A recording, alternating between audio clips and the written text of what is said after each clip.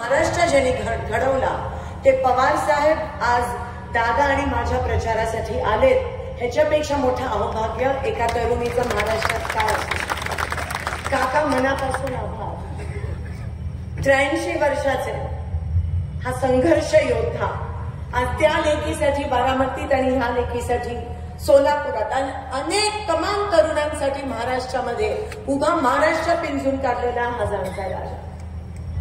त्यांच्या समोर मी नतमस्तक होते. काका, मी माझा प्रचाराचा नारळ नामदेव पायरीवर फोडला. विठू माऊलीचं दर्शन घेऊन मी माझा प्रचार सुरू केला. आज तुमचं दर्शन या ठिकाणी आम्हा दोघांना मिळत आहे. हे देखील हा योगायोग आणि अवभाग्य आहे. या व्यासपीठावर बोलताना पवार साहेबांच्या समोर बोलताना धुकधुक आहे, हिंमत होत नाही, मी कधी बोलत नाही. पण उमेदवार म्हणून आज तुमच्या समोर मी 2 मिनिटं काही भावना व्यक्त करते. ही लोकसभा लढायची उमेदवारी जेव्हा मला मिळाली तेव्हा मी मनापासून आपल्या सगळ्यांचे आभार मानले. मला माहिती होतं की समोर संघर्ष करायचा, पण मी आज 500 गावं फिरली. मंगळवेढा, पंढरपूर, मोहोळ, अक्कलकोट, दक्षिण आणि गावागावातून जो प्रतिसाद मिळतोय, एक हिंमत मिळाली. तुम्ही मला हिंमत दिली अजून लढायची. शेतकरी मायबाप शेतकऱ्यांनी हिंमत दिली. काका, बऱ्याच गावांमधून आता असा प्रतिसाद आला. शेतकरी मायबाप म्हणाले की आम्ही ठरवलंय, आमचं ठरलंय, 3 महिन्याआधी ठरलंय की भाजपच्या विरोधात मतदान केलं पाहिजे. कारण का या 10 वर्षात जर सर्वात जास्त त्रास कोणाला झाला असेल तर माझ्या शेतकरी मायबापला त्रास झाला. गावोगावी पाणी नाहीये, उजनीचं नियोजन नाहीये, पिकाला भाव नाहीये, अजून पीक विम्याचं वितरण झालं नाहीये, दुधाला दर नाहीये, कांदा निर्यात बंद. आजच मी बातमी वाचली की गुजरातचा कांदा बाहेरगावी जातोय, पण महाराष्ट्रामध्ये कांदा निर्यात बंद आहे. का आमच्या महाराष्ट्रावर अन्याय झाला? पाणी नाहीये आणि वर जीएसटीचं राक्षस तुमच्या उरावर येऊन बसलंय.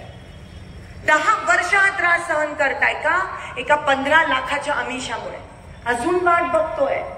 आज 10 वर्ष लागली आपल्याला कळायला की ते खोटं होतं, ते 15 लाखाचं आमिष. पण 10 वर्ष माया गेली ना सोलापूरची. अहो, जेव्हा 10वी एक नापास होतो, 10वीत एक मुलगा नापास होतो, तेव्हा घरात दुखावता असतो. आई वडील म्हणतात, बाप रे, ह्याचं 1 वर्ष वाया गेलं. पण 10वीच्या परीक्षेला परत तर बसू शकतो. 10 वर्ष आपण मागे गेलोय सोलापूर. त्याचं काय? हा पाप कोणाचा आहे? भारतीय जनता पक्षाने 2 खासदार निवडले, कोऱ्या पाट्या, अनुभव नाही, काम नाही, तरी तुम्ही किती मोठे मनाचे की तुम्ही त्यांना निवडून आणलं. पण दोघांनी खासदारकी वाया घालवली. लोकसभेत एकदा पण बोलले नाहीत. अहो, त्यांच्याच पक्षाने त्यांना पावती दिली निष्क्रिय होण्याची. सत्ता असून सुद्धा, पंतप्रधान असून सुद्धा 3-3दा उमेदवार बदलावे लागतात. ही शोकांतिका आहे. पहिला आणला, तो बदलला, दुसरा आणला, दुसरा बदलला, आता उपरा आणला. म्हणजे तुमच्या मताची काही किंमत राहिली नाहीये बीजेपीला. अजून किती अपमान सहन करणार तुम्ही? किती अपमान सहन करणार? तुमच्या बरोबर खेळी खेळली जाते. आणि आता येऊन काय म्हणतात की उमेदवाराकडे बघूच नका, पंतप्रधानांकडे बघा. पण दोघांनी काय एवढे मोठे दिवे लावले? मला या गोष्टीचा खंत वाटतो आणि मी बोलून दाखवते. पंतप्रधानांचं परवाचं भाषण तुम्ही ऐकलं असाल. उमेदवार असू देत, त्यांचे मुख्यमंत्री असू देत, उपमुख्यमंत्री असू देत, पंतप्रधान असू देत, कामाबद्दल बोलत नाहीयेत, मुद्द्यावर बोलत नाहीयेत, मुद्द्यावर येत नाहीयेत. मागच्या 10 वर्षात सोलापूरला काय केलं बोलत नाहीयेत.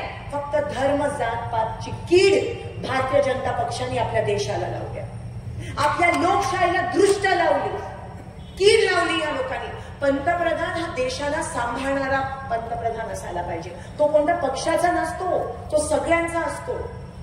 सगळ्यांना देश एकत्र ठेवण्याचं काम पंतप्रधानांचं असतं. पण परवा काय केलं? इतकं खालच्या पातळीचं भाषण, समाजामध्ये, धर्मामध्ये तेढ निर्माण केला पंतप्रधानांनी. ह्याचा निषेध करते मी या व्यासपीठावर.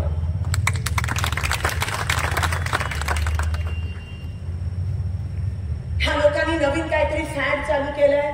ठीक आहे, आम्ही स्वागत करतो, मंदिर बांधलं, पण रामाच्या नावावर, देव धर्माच्या नावावर तुम्ही मतदान मागता? तुम्ही देवाचा वापर मतदानासाठी करता? अहो, मतदान कामावर झालं पाहिजे, तरच लोकशाही जिवंत राहील. आणि का हो, ह्यांच्या सगळ्यांच्या नारेबाजीत आपल्या विठू माऊलीला विसरू नका. कधीतरी विठू माऊलीचा जय जयकार करा, कधीतरी त्या विठू माऊली बरोबर सेल्फी घ्या. मंदिर बांधलं खरं, पण मग अरबी समुद्रातलं शिवाजी महाराजांचा पुतळा अजून बांधला का नाहीये? विचारा हे प्रश्न. कशाला आमच्या सोलापुरात येऊन आमची एकी बिघडवता? काय अधिकार आहे तुम्हाला? या पोलिसांना विचारा. कधी भेदभाव करत नाही. पोलिसांमध्ये सगळ्या धर्माच्या जातीचे लोक असतात, सगळे असतात. ते कधी भेदभाव करत नाही. पण त्यांचं वाईट वाटतं, जे राज्यकर्ते बिघडवतात ना, ते सांभाळत असतात. त्यांना मी सलाम करते. कधीच आपल्या देशामध्ये भेद धर्मावर, जातीवर मतदान झालं नाहीये, कधीच झालं नव्हतं. तुम्ही सगळे सर्वधर्म समभाव आणि कामाला मतदान करणारी लोक आहात, आणि म्हणून आज आपला देश एवढं पुढे गेलाय. पण ह्या भाजपनी पाप करून आज आपला देश मागे घेण्याचा प्रयत्न करताय. हा महाराष्ट्र